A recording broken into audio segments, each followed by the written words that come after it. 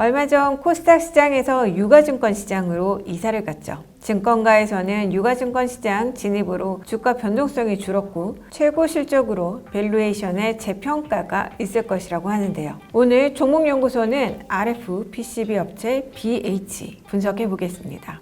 BH는 모바일 기기에 들어가는 RF-PCB 업체입니다. PCB 산업은 2020년 이후 글로벌 경제 침체 속에서도 역대 최대 매출을 기록한 산업군인데요. 그만큼 부품에 대한 수요가 끊임없이 이어지는 산업군이라는 의미입니다. PCB는 프린티드 서킷 보드의 약자인데요. 한국어로 하면 인쇄 회로기판입니다. 인쇄 회로기판이라고 하면 어떤 건지 감이 잘 안 오실 텐데요. 반도체 패키징 작업의 필수인 부품으로 반도체를 보호하고 반도체가 최적의 기능을 할 수 있도록 돕는 부품이죠. 최근 AI, 빅데이터로 반도체 활용 분야가 확대되면서 계속 성장하고 있고 반도체와는 실과 바늘 같은 관계입니다. BH의 RF-PCB는 삼성 디스플레이와 애플에 주로 납품됩니다. 애플이라는 단어를 들으시면 감이 오시죠? 애플 제품이 얼마나 잘 팔리느냐에 따라 BH의 주가가 영향을 받습니다. 얼마 전에 아이폰 15가 나왔죠. BH는 스마트폰 외에 태블릿 PC와 OLED 패널에도 부품을 납품하며 추가 매출이 늘고 있습니다. 전체 매출에서 차지하는 비중을 보면 북미양 FPCB 매출이 50%,